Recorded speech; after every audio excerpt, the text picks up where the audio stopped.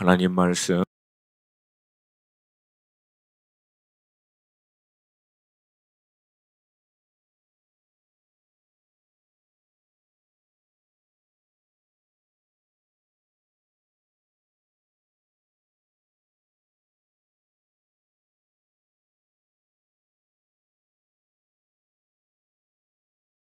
괴롭고 슬기 있는 자들에게는 숨기시고 어린 아이에게는 나타내심을 감사하나이다. 옳소이다. 이렇게 된 것이 아버지의 뜻이니이다. 내 아버지께서 모든 것을 내게 주셨으니 아버지 외에는 아들을 아는 자가 없고 아들과 또 아들의 소원대로 계시를 받는 자 외에는 아버지를 아는 자가 없느니라. 수고하고 무거운 짐진 자들아 다 내게로 오라. 내가 너희를 쉬게 하리라. 나는 마음이 온유하고 겸손하니 나의 멍에를 메고 내게 배우라. 그리하면 너의 마음이 쉼을 얻으리니 이는 내 멍에는 쉽고 내 짐은 가벼우니라 하시니라. 아멘. 말씀을 묵상하는데 제가 좀 쉬고 싶더라고요. 하나님께서 오늘 이 말씀을 통해서 우리 사랑하는 성도님들에게 그리스도 예수 안에 있는 참 안식과 쉼을 허락하여 주실 줄로 믿습니다. 우리가 알고 있는 대로 성소의 나라 이스라엘을 이제 지금도 가면은요, 우리가 기대하는 바와는 약간 좀 다른 어떤 그런 공기를 좀 느낄 수 있습니다. 특별히 요르단을 통해서 육로로 이스라엘 들어가거나 아니면 그 수속을 받기 위해서 이민대 거기 앞에 있으면 뭔가 긴장감과 함께 불친절하게 좀 대한다라고 하는 느낌을 받기에 쉽습니다. 근데 그럴 것이 팔레스타인과 함께 주변에 있는 여러 나라들이 아직도 이스라엘이 없어지기를 바라는 그런 어떤 어려운 가운데 대치된 상태 가운데 있기 때문에 언제 어디서 무슨 일이 일어날지를 모르는 작은 실수 하나만이어도 큰 피해를 받을 수밖에 없는 그런 긴장 상태에 놓여 있기 때문에 늘 약간 경직된 분위기가 이제 있습니다. 근데 여러분 그때 여러분 같이 막 인상 쓰시고 막 불친절하다고 막 그렇게 하지 마시고 제가 나중에 혹시 여행 가실 때 여러분에게 도움이 되고자 하는 팁을 드리면 살짝 웃으시면서 샬롬 하고 인사하세요. 그러면 갑자기 얼굴 표정이 바뀝니다. 이건 제가 갈 때마다 경험한 거예요. 그러면 그들도 약간 웃으면서 샬롬 하고 다시 인사를 해줍니다. 그래서 여러분 꼭 한번 하시길 도전드립니다. 막 불친절하다고 왜 이렇게 불친절하냐고 막 인상 쓰고 막 따지고 그러면요 끌려가세요. 한쪽으로 끌려가요. 그렇게 하지 마시고 지혜롭게. 여러분 지금도 이 이스라엘은요 이 하나님의 샬롬을 간절히 바라고 있습니다.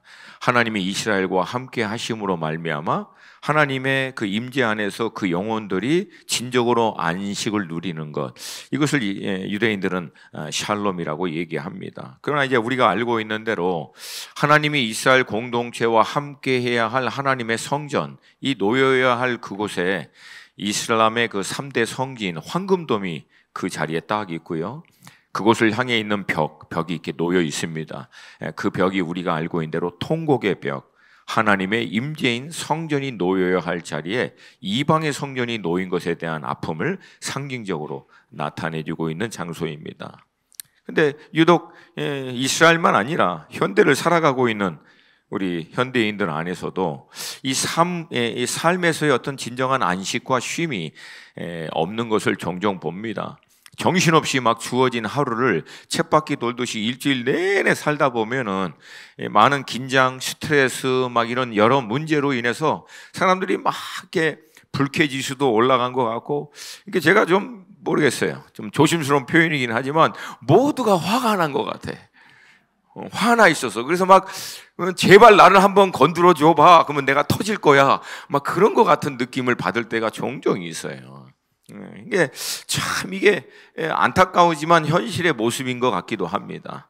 근데 그래서 이제 사람들은 이제 이런 어떤 긴장, 스트레스부터 잠깐 좀 벗어나고자 이제 열심히 일해서 시간과 좀 재정을 모아서 여행을 통해서 좀 안식하고자 이제 하는데, 그것도 여러분 새벽에 일찍 일어나가지고 버스 타고 비행기장에 가갖고 막 짐 묻히고 비행기 타고 가서 거기 가면 또 이제 본전이 아깝잖아요. 그러니까 여기저기 다 다니면서 보고 막 하고 그러고 돌아오면 이게 쉬고 왔는지 이게 고생하고 왔는지를 모를 정도로.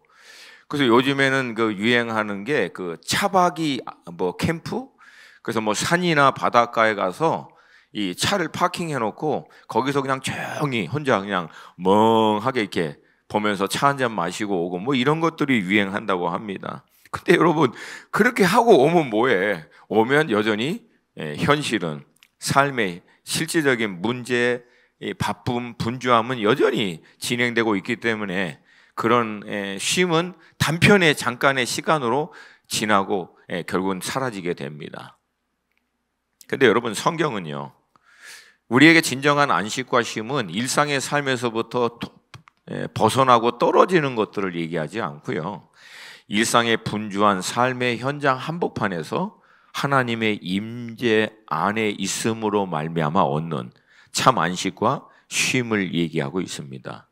마치 그 폭풍의 눈과 같이 폭풍 주변은 온통 난리지만 그 폭풍의 눈 안은 고요한 것과 같이, 마치 비바람 가운데서도 어미닭이 새끼 병아리를 품에 딱 안아 있을 때 그 환경에 상관없이 아기 병아리는 어미닭 품 안에서 고요하게 참 안식을 누리는 것을 성경은 진정한 쉼과 안식이라고 얘기합니다.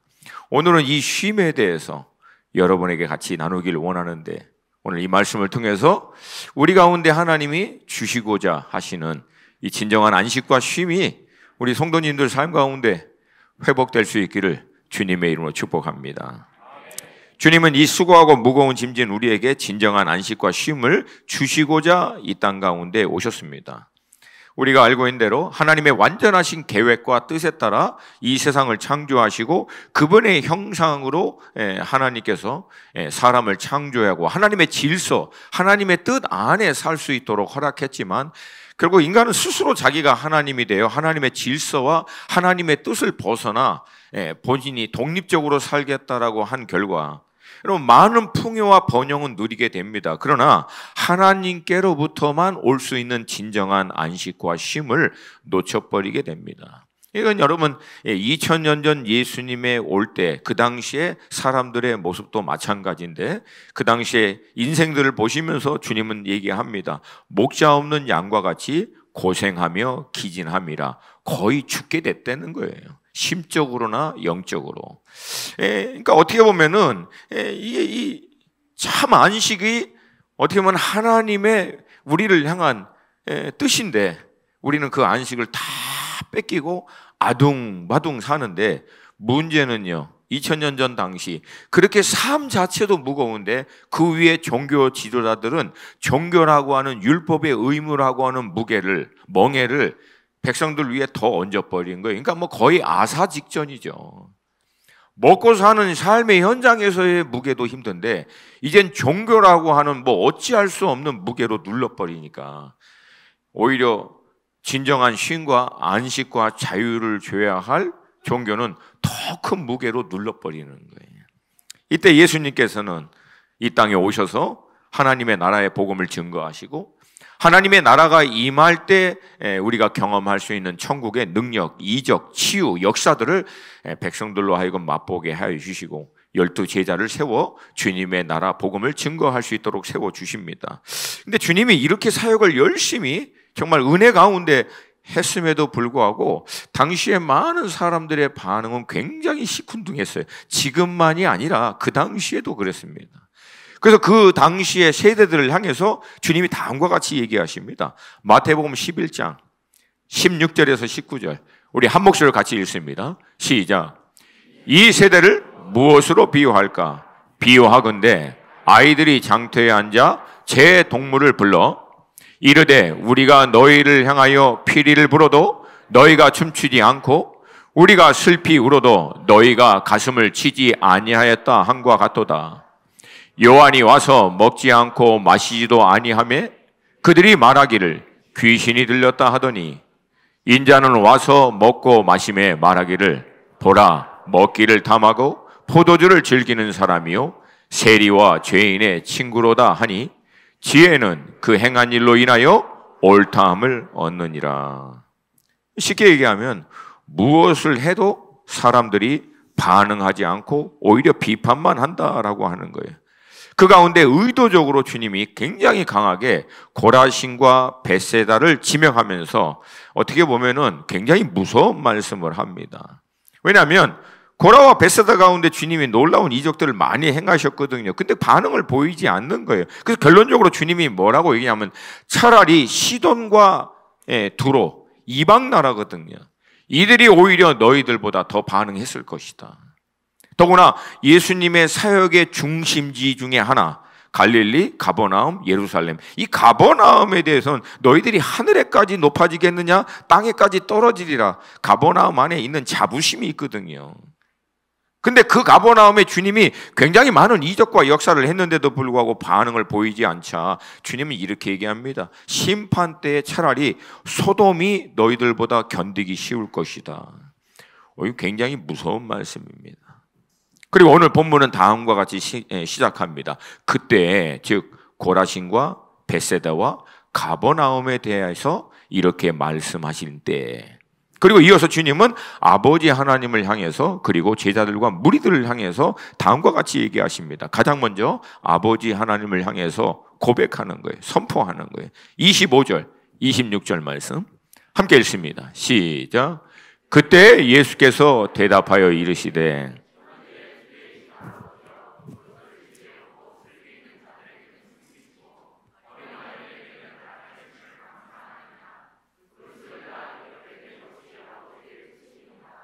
아멘. 여기서 주님은 아버지 하나님을 가장 먼저 천지의 주제이시라고 부르십니다. 하늘과 땅을 주관하시는 하나님. 그러니까 여러분 우리가 믿고 있는 하나님은 하늘과 땅을 주관하시고 통치하시는 하나님이심을 믿습니다. 뭐 이 이유만으로 우리가 하나님을 왜 믿고 의지해야 되는지 그 이유는 충분하죠. 근데 여러분 우리가 믿고 있는 하나님에 대한 정확한 이해가 우리에게 필요합니다. 다른 종교들이 또 다른 신이라고 불리는 비인격적인 언전 존재, 어떤 힘, 기운, 뭔가 그래서 우리가 얻을 수 있는 뭔가가 조금이나마 있는 그런 대상이 우리가 믿고 있는 하나님이 아니라 우리가 믿는 하나님은 지정의적인 인격적인 사고와 결정을 할 수 있는 분이시고 우리를 향해서 긍휼히 여기시고 사랑으로 우리를 품을 수 있는 감정을 갖고 계신 하나님이심을 믿습니다. 동시에 그분은 하늘과 땅을 창조하시는 하나님이.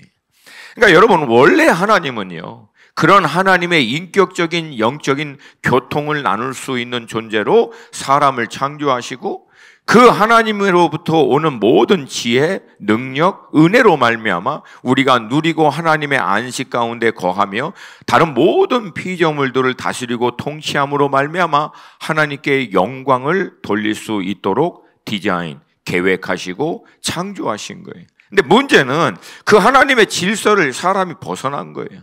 벗어나서 스스로 본인이 하나님이 되어 자기가 독립적인 주체가 되어 살겠다고 하면서부터 하나님과의 교통이 막혀버린 거예요. 여러분 하나님과의 교통이 막힐 때 하나님께로부터 오는 모든 은혜가 막혀버리는 겁니다.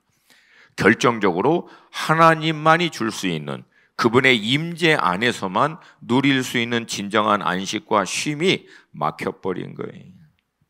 더구나 이 죄의 문제가 우리로 하여금 하나님께 나아갈 수 있는 모든 것들을 다 막아버려서 예수 그리스도의 십자가의 복음의 은혜가 선포되고 계시되었음에도 불구하고 인생들은 그것을 받아들이고 이해하지 않는다는 거예요. 그게 25절에 나와 있는 이것을 지혜롭고 슬기로운 자에게는 가리우시고 어린아이에게는 나타내심을. 바로 이게 27절에 있는 하나님의 섭리입니다. 27절 말씀 천천히 한 번만 더 읽습니다. 시작. 내 아버지께서 모든 것을 내게 주셨으니 아버지 외에는 아들을 아는 자가 없고 아들과 또 아들의 소원대로 계시를 받는 자 외에는 아버지를 아는 자가 없느니라. 여기서 먼저 예수님이 강조하고자 하는 것은 첫 번째, 아버지와 예수님, 아들 예수님은 하나다라고 하는 거예요. 아버지를 통해야만 예수를 알 수 있고 예수님을 통해서만 아버지를 알 수 있듯이 이 두 분은 하나다. 이 둘은 하나다라고 하는 것을 예수님이 계속 강조합니다. 여러분, 그러므로 결론적으로 우리가 알 수 있는 분명한 건 뭐예요? 아들 예수 그리스도를 아니고는 우리가 참 하나님, 창조주 하나님께 나아갈 수 있는 길은 없다는 거예요. 동의하시면 크게 아멘. 다른 모든 종교나 믿지 않는 사람들이 아무리 독선이고 너무나 자기만 이렇게 맞다라고 주장하냐고, 너무 편협하다라고 아무리 얘기해도 이게 하나님이 정하신 뜻입니다. 잘 들으셔야 돼요. 다른 나라 들어갈 때 그 나라가 우리나라 들어오는 룰을 정합니다. 이렇게 비자를 받고 이렇게 해서 우리나라 들어올 수 있어요. 그러면 그 앞에 대고 아무리 따져봐야 소용없어요. 왜냐하면 그 나라 들어갈 수 있는 규칙은 그 나라가 정하는 겁니다. 내가 폭력적으로 내 마음대로 이렇게 들어갈래 할 수 있는 게 아니에요. 그러면 하나님의 나라는, 하나님의 나라에 들어갈 수 있는 규칙은 누가 정할 수 있습니까? 하나님이 정할 수 있어요. 그걸 우리가 논리적으로 이성적으로 말이 되네 안 되네 따져봐야 아무 의미가 없어요. 왜? 하나님의 나라에 들어가기 위해서는 하나님이 정하신 규칙을 따라야 합니다. 동의하십니까? 동의하십니까? 근데 하나님이 그 규칙을 정하신 거예요. 죄인인 너희들은 내 나라 못 들어와. 왜? 들어오는 순간 죄로 인해서 멸망할 수밖에 없어. 그 상태는 안 돼. 근데 죄인인 너희들이 내 나라에 들어올 수 있는 길을 내가 열었어. 내 아들 예수가 너의 죄를 위해서 십자가에 피 흘림으로 말미암아 내가 요구하는 죄의 삭신 생명의 값을 자기 생명으로 대신 지불했기 때문에 내 아들의 공로를 의지하는 자들은 내가 똑같이 내 아들이 행한 것으로 인정해 줄 테니까, 그래서 죄 사함을 받고 들어오는 사람은 누구나 나의 나라에 들어올 수 있어 라고 하나님이 정하신 거예요. 할렐루야, 할렐루야. 그러므로 예수 외에는 아버지 하나님의 나라에 우리 하나님께 나아갈 수 있는 다른 이름도 다른 길도 없음을 믿음으로 선포합니다.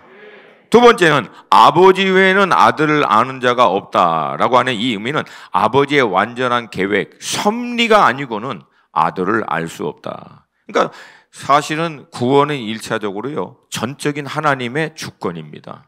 하나님의 은혜예요. 그냥 간단하게 하면 하나님의 은혜예요. 근데 이거는 구원받지 않은 사람은 절대 알 길이 없어요. 왜? 아직 영적으로 열리지 않았기 때문에. 논리적으로 이해할 수 있는 게 아니에요. 근데 예수 그리스도 안에서 구원을 경험한 사람들이 자신이 구원받고 은혜의 삶을 돌아보니까 이건 하나님의 은혜구나 고백하는 거예요. 아멘입니까? 마지막으로는 아들과 또 아들의 소원대로 계시를 받는 자 외에는 아버지를 아는 자가 없느니라. 즉 결국은 아들이 그 계시를 우리 가운데 나타내 주신 거예요. 그래서 인간의 몸으로 오셔서 인간이 이해할 수 있는 문화의 컨텍스트 안에서 인간이 이해할 수 있는 언어로 계시하셔서 아버지께 나아갈 수 있는 길을 보여주신 거예요. 할렐루야, 할렐루야. 근데 죄인인 우리는 이것을 이해할 수 없는데 이것 또한 하나님께서 우리 가운데 은혜로 역사하시는데 대신 조건이 있는 거예요. 믿음으로 반응하라는 거예요. 성경에서 정의하고 있는 믿음은 굉장히 포괄적입니다. 근데 많은 경우에 믿음으로 말미암아 구원받는 사건에 대해서 얘기하는 믿음은요 간단합니다. 내가 믿음으로 결정하라는 거예요. 선택하라는 거예요. 나의 연약함, 한계, 하나님의 은혜가 나는 필요할 수밖에 없는 죄인이고 연약한 자인 것을 인정하고 그 하나님의 도우심을 받아들이기로 결정하라. 이게 믿음이라는 거예요. 구원을 받는 부분에 있어서는. 아멘입니까? 그래서 여러분 이걸 정리하면은요 전적인 하나님의 은혜이고요 그러나 동시에 우리의 믿음의 반응이 필요하다. 이게 사실은 하나님의 놀라운 섭리고 예수님의 사건입니다. 그래서 여러분 이게 어느 한쪽으로 너무 강조를 하다 보면 약간 이게 어려워져요. 그래서 기독교 2000년 역사에 보면은 두 신학의 주류가 늘 싸웁니다. 알미니안주의, 인간의 의지가 중요해. 그 다음에 칼빈주의, 이건 전적인 하나님의 주권이야. 하여튼 제 표현으로 얘기하면 딥다 싸웠어요. 하여튼 겁나게 싸웠어요. 근데 지금도 해결은 안 됐어요. 근데 여러분 성경을 보면은 둘 다 나와요. 둘 다 나와. 어느 상황에서는 전적인 하나님의 주권인 것처럼 보이기도 하고 어느 때에는 우리 인간의 믿음의 의지적인 결정이 중요한 것처럼 보이기도 하는데 저는 이것을 아주 간단하게 결론을 내렸습니다. 따라서 합시다. 따라서 하세요. 하나님은 하나님의 일 하시고 나는 내 일 한다. 그러니까 너무 하나님의 주권에 대해서 막 다 알려고 그거 여러분 하나님께 맡겨드리고 그분 알아서 하실 거예요. 알아서 잘 하실 거예요. 너무 염려하지 마세요. 대신 우리는 뭐만 하면 돼? 우리에게 성경이 요청하고 있는 믿음의 반응, 믿음의 결단, 믿음의 선택을 잘하면 돼요. 아멘입니까? 그래서 하나님의 은혜의 섭리 위에 우리의 믿음의 반응이 역사하여 하나님의 뜻이 이루어지게 되는 줄로 믿습니다. 아멘입니까? 근데 여기는 놀라운 하나님의 좀 섭리가 있는데 아버지를 알 수 있는 이 놀라운 계시, 아버지께서요 이 계시를요 의도적으로 지혜롭고 슬기로운 자들에게는 감추시고 어린 아이들에게는 나타내신다라고 말씀하시고요. 예수님도 이 부분에 대해서는 동의하십니다. 그러니까 지혜롭고 슬기로운 자가 누구고 어린 아이는 누구기 때문에 왜 이들에게는 가리고 또 이들에게는 나타내시는가? 아주 간단하게 정의하면 지혜롭고 슬기로운 자들은 아버지의 섭리도 그리고 육신의 몸으로 이 땅에 오셔서 인간의 언어로 또 인간의 문화적인 이해 안에서 복음을 증거하신 계시하여 주신 이 예수님의 계시적 사건도 이해를 못하고 받아들이지도 않는다는 거예요. 왜요? 너무 똑똑해서.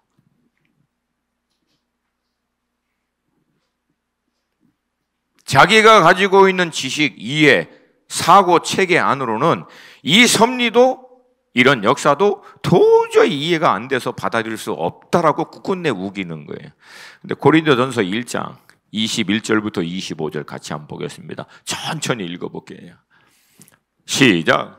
하나님의 지혜에 있어서는 이 세상이 자기 지혜로 하나님을 알지 못하므로 하나님께서 전도에 미련한 것으로 믿는 자들을 구원하시기를 기뻐하셨도다. 유대인은 표적을 구하고 헬라인은 지혜를 찾으나 우리는 십자가에 못 박힌 그리스도를 전하니 유대인에게는 꺼리끼는 것이요 이방인에게는 미련한 것이로되 오직 부르심을 받은 자들에게는 유대인이나 헬라인이나 그리스도는 하나님의 능력이요 하나님의 지혜니라. 하나님의 어리석음이 사람보다 지혜롭고 하나님의 약하심이 사람보다 강하니라. 아멘. 더 이상 무슨 설명이 사실 필요합니까?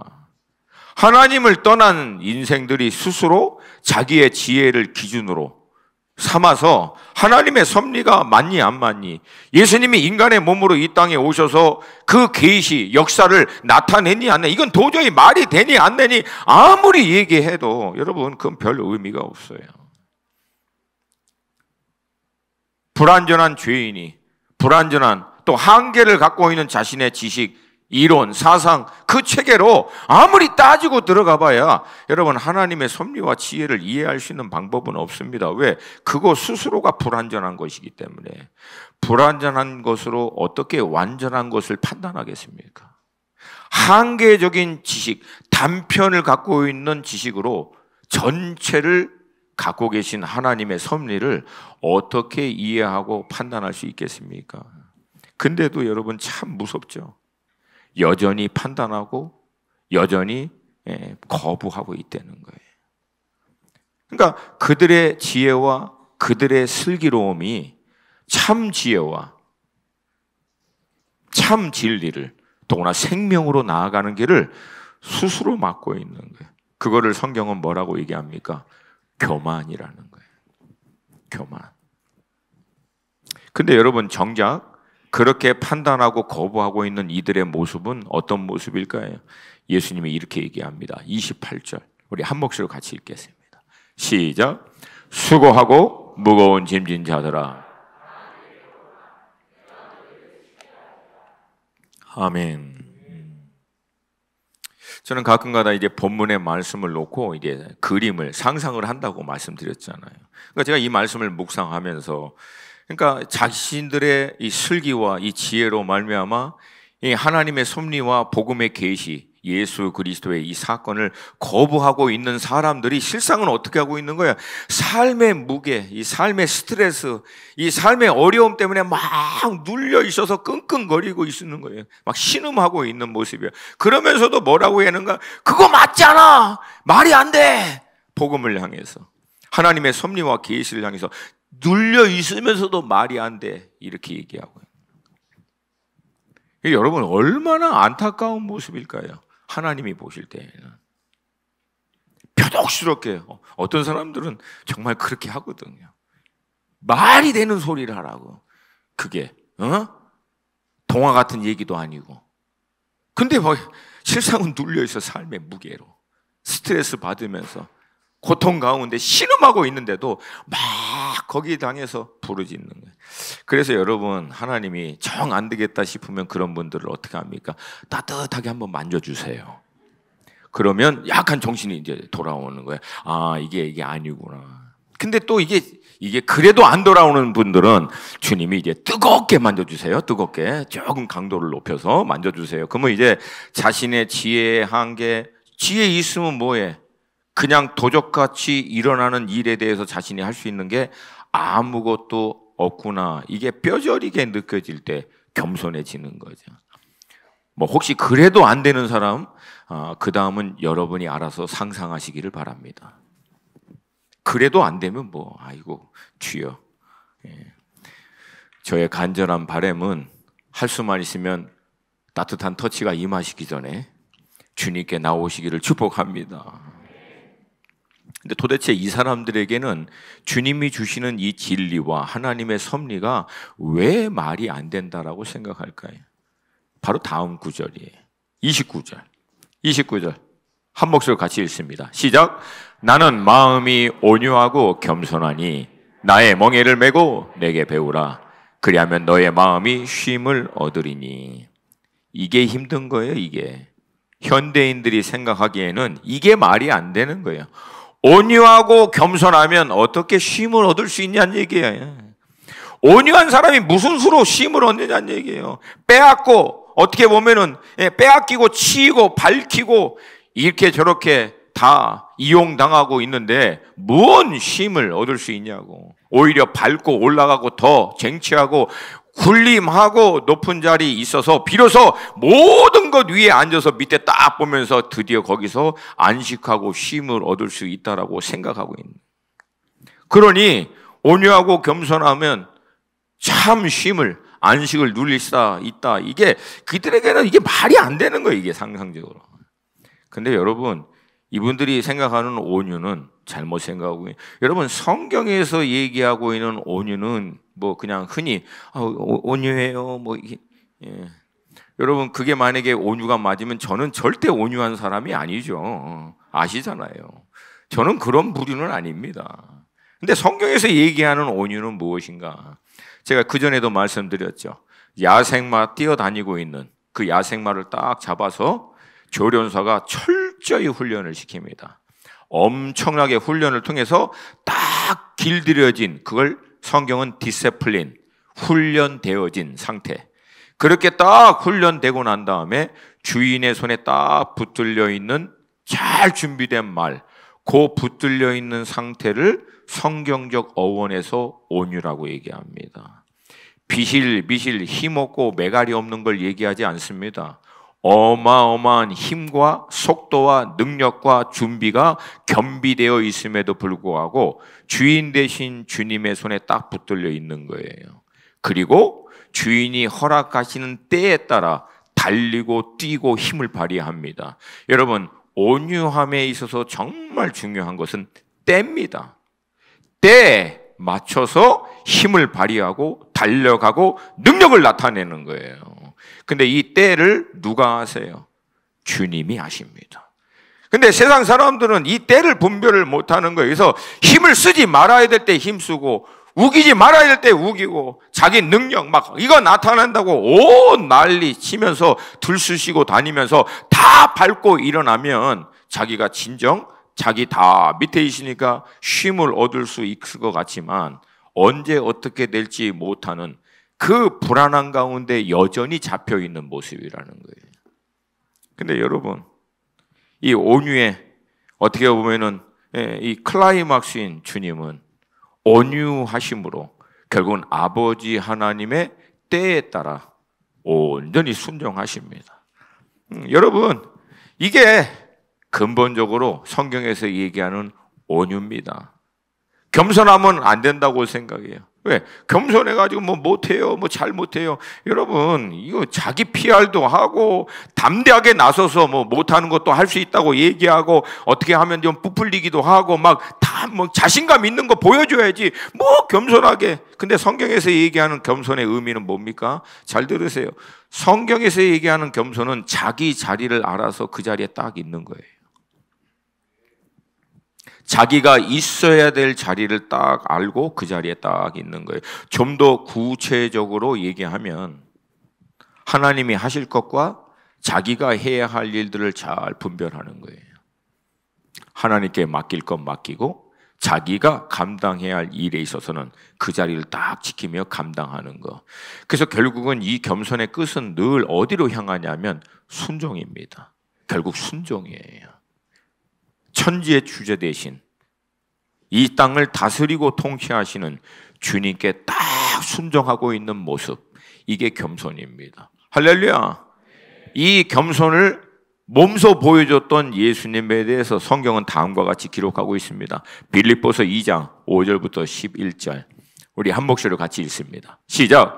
너희 안에 이 마음을 품어라. 그 그리스도 예수의 마음이니 그는 근본 하나님의 본체시나 하나님과 동등됨을 취할 것으로 여기지 아니하시고 오히려 자기를 비워 종의 형체를 가지사 사람과 같이 되셨고 사람의 모양으로 나타나사 자기를 낮추시고 죽기까지 복종하셨으니 곧 십자가에 죽으심이라. 이러므로 하나님이 그를 지극히 높여 모든 이름 위에 뛰어난 이름을 주사 하늘에 있는 자들과 땅에 있는 자들과 땅 아래에 있는 자들로 모든 무릎을 예수의 이름에 꿇게 하시고 모든 입으로 예수 그리스도를 주라 시인하여 하나님 아버지께 영광을 돌리게 하셨느니라. 아멘. 이 마음이 겸손이에요. 그러니까 겸손은 하나님의 지지하심을 얻습니다. 하나님의 때와 인도하심에 온전히 순복함으로 말미암은 하나님의 지지하심이 겸손 안에 있어요. 자, 그러면 이 지혜롭고 슬기로운 자들의 반대로 어린아이는 어떻습니까? 이 어린아이에게는 나타낸다 얘기합니다. 근데 이게요, 참 이게 쉽지 않습니다. 왜?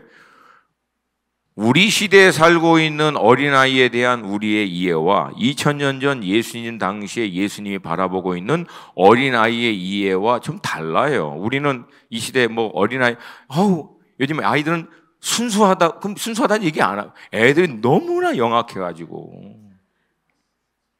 그 왜 그래? 지혜롭고 슬기로운 이 세대들의 부모에 의해서 교육되고 자랐기 때문에 아이들 안에 순수함마저도 다 없어져 버린 거예요. 그래서 이거 먹을래? 그러면 딱 우리 엄마가 먹지 말라 그랬어요. 뭐 그런 게 없어. 애들이 애들이 더 무섭더라고요, 제가 보니까. 근데 예수님 당시에는 그렇진 않았거든요. 덜 지혜로웠겠지. 그래서 이 어린아이 같은 것은 무슨 뜻이냐면요, 순수함을 얘기합니다. 그리고 단순한 것을 얘기해요. 그래서 어린아이들은요, 자신이 부족하다는 것을 압니다. 잘 모르고. 그래서 자신에게 필요하다 싶으면 그거를 순수하게, 단순하게 받아들이는 게 어린아이의 특징입니다. 이런 어린아이들을 향해서 예수님이 얘기하십니다. 마태복음 18장 1절부터 4절. 여러분, 우리 안에 이 어린아이와 같은 모습이 회복될 수 있기를 축복합니다. 시작. 그때 제자들이 예수께 나와 이르되 천국에서는 누가 크니까? 예수께서 한 어린아이를 불러 그들 가운데 세우시고 이르되 진실로 너에게 이르니 너희가 돌이켜 어린 아이들과 같이 되지 아니하면 결단코 천국에 들어가지 못하리라. 그러므로 누구든지 이 어린아이와 같이 자기를 낮추는 사람이 천국에서 큰 자니라. 아멘. 3절을 한번 좀 다시 한번 보여주세요. 너희가 돌이켜. 그러니까 여러분 성경 말씀에는 한치의 오차도 없습니다. 지금 지혜롭고 슬기로운 데서 돌이키라는 거예요. 하나님을 떠난 인생 스스로가 만든 불완전하고 제한적인 지식, 이론, 사상, 그 모든 사조, 이걸 가지고 완전하시고 지혜의 근원 되신 하나님의 섭리와 역사를 판단하고 맞니 안 맞니 따지려고 하지 말고 거기서부터 어떻게 돌이키라고, turn around, 돌아서라고, 그리고 어린 아이와 같이 되라고. 그래야만 어떻게 합니까? 천국에 들어갈 수 있다고. 4절 다시 한번. 이와 같이 자기를 낮추는 사람이. 무슨 뜻이에요? 자기가 부족한 걸 아는 거예요. 자기가 연약한 걸 아는 거예요. 아무리 지식이 있다고 한들 그 지식에는 한계가 있고 아무리 지혜롭다고 해도 여전히 불완전한 인생이라는 것을 아는 거예요. 그리고 수고하고 무거운 삶의 무게로 인해서 나는 누군가의 도움이 필요하다라고 하는 것을 인정함으로 간절하게 구하는 거예요. 여러분, 누가 예수 그리스도의 계시를 나타내 주시겠습니까?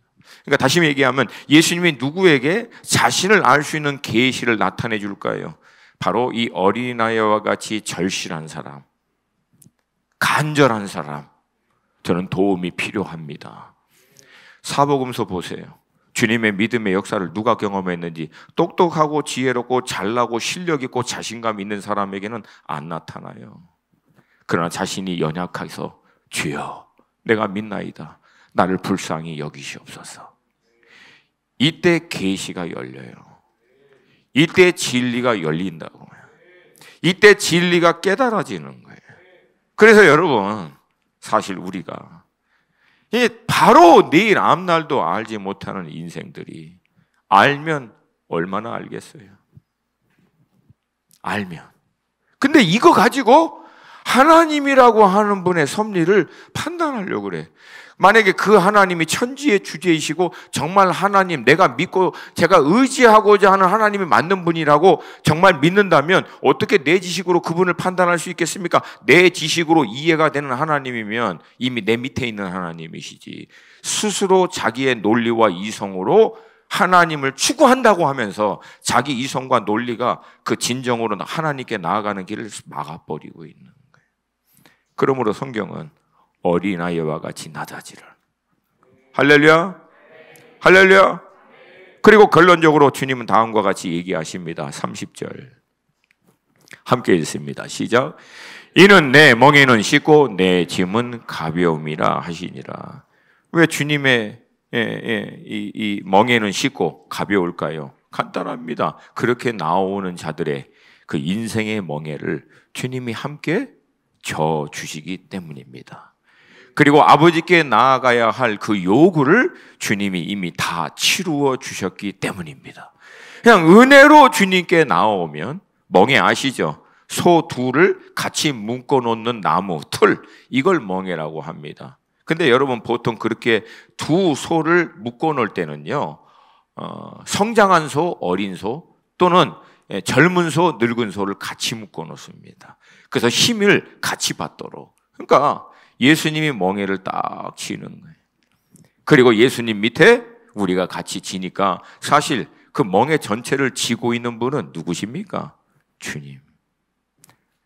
너의 인생을 주께 맡기라. 그가 너를 인도하시리라. 할렐루야, 할렐루야. 오래전 제가 이제 메릴랜드에서 한 23년 살다가 뉴저지로 이제 우리 세 가정이 같이 개척하러 올라갔었잖아요. 그때 이제 3층짜리 집인데 그 지하실을 정리할 때 이제 박스에 이것저것 담는데 우리 첫째 새벽이가 그때 7살 그때 제가 이제 박스에다 물건을 막 담는데 자기가 탁 보더니 갑자기 저한테 달려와서 Daddy, I want to help. 아빠 내가 도와줄게요 그러는 거예요. 이게 무겁거든요. 그래서 안 된다고. No, you can't. It's too heavy. 무겁다고 그러니까 no problem. I can do it. 할 수 있다는 거예요. 여러분 제가 어떻게 했겠습니까? 어떻게 했을 것 같으세요? 그래 너 절반 잡아! 이렇게 했겠어요? 제가 박스 중앙을 잡았죠. 다 든 거죠 제가. 그리고 새벽아 너네 이쪽 둘 잡아. 그러니까 잡는 신용만 하는 거지. 그리고 이제 우리 계단으로 해서 옆으로 올라가야 돼. 근데 할 수 있겠어? 그랬더니 can you do it? 그러니까 no problem. 내가 볼 땐 big problem이야. 이거 안 되는 게 뻔해. 안 되는 게. 근데 여러분 아닌 게 나를까? 벌써 옆으로 올라가다가 어떻게 합니까? 중심 잃어버렸죠. 어떻게 했어요? 지 몸을 박스 위에 얹히더라고. 저는 박스 들다가 애까지 같이 든 거예요. 계단 끝까지 같이 올라간 그렇게 해서 허리 부러지는 줄 알았어요. 근데 그 박스를 딱 내려놓자마자 우리 새벽이가 너무나 기쁜 얼굴로 웃으면서 저한테 그러는 거예요. Daddy, we did it. 아빠, 우리가 했어요. 우리가 아니지 사실은. 내가 다 했지. 근데 너무 기뻐하면서 저한테 그러는 거예요. Let's do it again. 또 하자고. 그때 밤에 제가 잘 때 하나님께서 저에게 그 새벽이가 아들아 너다. 하나님이 다 우리 인생을 들고 가시는 거예요. 근데 우리는 그 하나님을 신뢰함으로 위탁하고 그 주님이 말씀하시는 것만 따라가는 거예요. 주님이 성경을 통해서 얘기하시는 가치. 온유한 자가 아들아 땅을 기업으로 얻는다. 겸손한 자가 결국은 때가 되면 높임을 받는다. 이걸 신뢰하는 거예요. 신뢰하고 따라가는 거예요. 그러면 결국은 그분이 그 일을 이루실 줄로 믿습니다. 할렐루야. 안타깝게도 여러분 유대인들은 이 온유하고 겸손한 메시아를 인정하지 못했습니다. 그리고 그들은 지금도 강력하게 왕권을 가지고 모든 대적들을 물리치고 통치하는 그런 메시아를 지금도 간절히 구하는데, 제가 여러분 이 온유와 겸손에 있어서 굉장히 중요한 게 뭐라고 얘기했습니까? 때예요, 때. 통치하고 다스리시는 메시아는 반드시 오십니다. 근데 때에 따라 오시는 거예요. 때. 이게 달라요, 이게. 그래서 주님의 그 인도하심을 따라가는 데 있어서는 우리가 이 때를 분별하는 게 중요하다는 거예요. 지금은 달릴 때인지 멈춰야 할 때인지, 지금은 겸손히 낮춰야 할 때인지, 아니면 담대하게 선포해야 할 때인지. 근데 이 모든 때를 주관하시는 분은 누구시다? 창조주 하나님이시라는. 그래야만 비로소 우리는 그분 안에서 진정한 안식을 누리면서도 담대하게 이 땅을 승리할 수 있는 자녀됨의 삶을 누리게 될 줄로 믿습니다. 아멘입니까? 아멘입니까? 근데 어떻게 우리가 이 성경적인 이 주님의 이 모습과는 달리 온유함과는 반대로 과격하게 막 자신감 있게 막 밟고 쟁취하고 더 얻으려고, 겸손한 거는 전혀 반대로 자기 주장하고 자기 드러내려고 하고 뭔가 인정받으려고 난리법석 치는데 어떻게 그 안에 안식이 있고 쉼이 있을 수 있겠어요? 돌이켜. 할렐루야. 돌이켜 주님에게 나아가시기를 축복합니다. 그분이 우리의 삶을 책임지시고 인도하여 주실 줄로 믿습니다. 저는요, 가끔가다 재밌는 생각도 좀 해요. 우리 주님이 온유하시고 겸손하셔서 얼마나 감사합니까? 여러분 한 번도 그렇게 생각해 본 적 없어요? 만약에 주님이 온유하고 겸손한 분이 아니라 그냥 우리가 생각한 대로 막 과격하고 막 다, 그러면 여러분 어떻게 됐을 것 같아요? 우리가 다 죽어서 벌써 뭘 어떻게 생각합니까? 그분이 정말 온유하시고 겸손한 분이 아니면 인류는 벌써 끝났어요. 끝났다고. 우리 주님이 온유한 게 얼마나 감사한지, 겸손하신 분이 얼마나 감사한지. 그래서 오히려 우리 가운데 생명이 있게 되고 구원의 길이 열리게 된 줄로 믿습니다. 그리고 그 주님은 그 온유함과 겸손으로 결국 어떻게 세상을 정복하셨어요. 이 세상, 죄와 사망의 권세로 멸망으로 향하고 있는 이 세상의 영적 공기를 완전히 바꿔버리시고 놀라운 반격을 통해서 천국의 길을 내신 줄로 믿습니다. 그리고 우리에게 얘기하시잖아요. 내게로 오라. 내가 너희들을 쉬게 하리라. 이 주님과 함께 안식과 쉼을 누리면서도 동시에 땅을 결국은 취하는 하나님의 자녀됨의 삶을 살 수 있기를 주님의 이름으로 축복합니다. 아멘. 아멘. 우리 함께 자리에서 좀 일어나시겠습니다.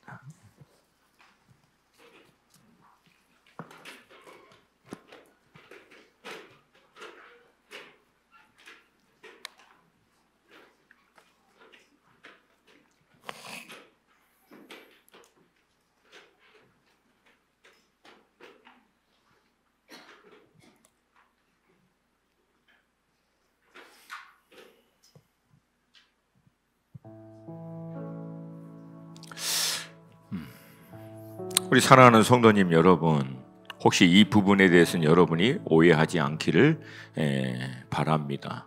저는 여러분들이 세상에서 아무 힘없이 매갈이 없이 이리저리 치이고 사는 게 맞다 그렇게 얘기하는 게 아니에요.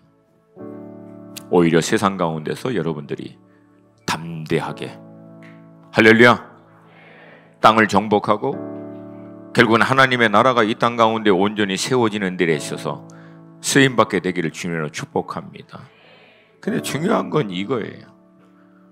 우리가 하나님을 떠나 믿지 않는 세상 사람과 똑같이 온유함과 반대로 과격하게 더 쟁취하고 얻고 어떻게든지 더 뜯어먹으려고 아둥바둥 싸우고 난리 법석을 피우고 겸손한 것과 반대로 자기 자신을 드러내고 나타내고 인정받으려고 어떻게든지 부풀려서 그렇게 해서 뭘 얻으시려고 하는 거예요? 결국 그래서 얻고자 하는 게 뭐냐니? 그렇게 해서 높은 자리에 올라가서 하나님께 영광을 드리고 그렇게 모은 재정을 통해서 하나님께 놀랍게 쓰임받도록 하겠다라고 여러분 하나님이 기뻐하시겠습니까? 그거를 어이 그래 잘했다라고 얘기하시겠냐고요. 더구나 그렇게 우리가 이 땅에서 얻는 모든 거 여러분 제가 몇 번이고 얘기하잖아요. 다 놓고 가셔야 돼요. 다 내려놓고 갈 거를 왜 그렇게 아둥바둥 하면서 하려고 하냐고요. 필요 없다는 얘기는 아닙니다. 지혜롭고 충성된 청지기와 같이 하나님이 우리에게 허락하신 삶의 현장의 재정과 물질과 지위, 성취 그 모든 것들을 잘 활용하여 하나님의 뜻을 하늘에서 이루어진 것 같이 땅에서도 이루어지도록 섬겨야 되는 부르심을 가진 여러분과 저인 줄로 믿습니다. 그러나 그 과정이 온유함과 겸손함으로 성경적 가치를 따라서 이게 우리와 함께 이게 우리에게 충돌되는 거잖아요. 내가 막상 살아내야 되는 현장은 이게 온유함으로 해결이 안 됩니다. 겸손함으로 이건 안 됩니다 라고 하는 게 여러분 우리가 갖고 있는 지식, 이해, 우리 관점이잖아요. 근데 그런 여러분들을 향해서 주님은 여전히 얘기합니다. 아들아 따라! 온유함이 대안이다. 다 뜯어먹고 다 취하려고 난리 법석 치는 그 한가운데서 너는 잠잠히 너에게 주어진 자리 환경에서 지혜롭고 충성스럽게 하지만 나의 때를 신뢰하며 나의 섭리를 인정하고 믿으며 잠잠히 때가 되면 내가 너를 높일 것이고 달리라고 얘기할 것이고 힘을 내라고 얘기할 테니까 지금은 잠잠히 그리고 너가 있어야 될 그 위치, 그 자리, 그 역할 거기에 집중하여 순종하기를 원한다. 그러면 그걸 통해서 나 여호와가 역사할 것이니라. 할렐루야. 결국 믿음입니다. 이걸 믿으셔야 돼요. 이 믿음이 하나님이 역사하는 공간을 만들어내게 될 줄로 믿습니다. 그리고 그 결과가 결국은 승리케 할 거라는 거예요. 저는 그걸 믿어요. 할렐루야. 할렐루야. 이 믿음의 돌파가 여러분 가운데 있기를 주님의 이름으로 축복합니다. 그 끝은 진정한 안식이에요. 진정한 쉼이에요. 우리 가운데 빼앗겼던 이 안식과 쉼이 회복될 수 있기를 주님의 이름으로 축복합니다. 내 안에 성경적 가치와 위배되는 모든 것들이 이 시간 성령의 불로 태워지게 하여 주시옵시고, 빼앗겼던 이 온유함과 겸손함이 회복될 수 있도록 하여 주시옵소서. 그리고 이 온유함과 겸손함이 나로 하여금 진정한 안식과 쉼 가운데로 인도하여 주실 것을 믿습니다. 모두가 불안해하고 아둥바둥하는 가운데 여러분 한 사람만 삶의 그 현장, 직장의 현장에서 진정한 안식으로, 마음의 평안으로, 얼굴의 기쁨으로 자유하며 여러분이 동일한 그 삶의 현장 가운데 살아가는 것들을 믿지 않는 많은 사람들이 때로는 비웃고 비아냥거리고 저게 뭐야 하지만 결국 보게 된다는 거예요. 도대체 저 친구의 저 평온함은, 저 자유함은, 저 기쁨은 뭐지? 어디서 왔지? 왜 저 친구는 저렇게 이리 치이고 저리 치이는 것 같지만 실상은 저런 안식을 누릴 수가 있지? 이게 세상을 변화시킵니다. 이게 하나님의 나라를 확장시킵니다. 주님, 우리 안에 이 온유함과 이 겸손함이 회복되게 하여 주시옵소서. 샬롬이 있을지어다, 쉼이 있을지어다, 내 영혼아 주님을 의지할지어다, 주님을 신뢰할지어다. 동의하시면 우리 다 함께 좀 손을 들고 이 시간 우리 딱 주님의 이름 한번 부르고 2-3분간 기도합니다. 기도할 때 딱 두 가지, 주님의 이 온유함과 겸손함을 반대로 갖고 있는 내 안에 있는 모든 생각의 틀, 모든 가치의 체계 성령의 불로 다 태워질지어다. 주님, 내 안에 진정한 온유함과 겸손함이 회복되게 하여 주시옵시고, 허락하신 삶의 현장에서 모두가 아둥바둥한 그 자리 가운데 나는 어미 닭 안에 있는 아기 병아리와 같이 주님의 진정한 안식과 쉼을 누리며 내가 가는 곳마다 이 안식과 쉼이 흘러가게 하여 주시옵소서. 주님이 행하셨은즉 주께서 또한 우리 가운데 이루실 줄로 믿습니다. 우리 주님의 이름 한번 부르고 2-3분 기도합니다. 주여!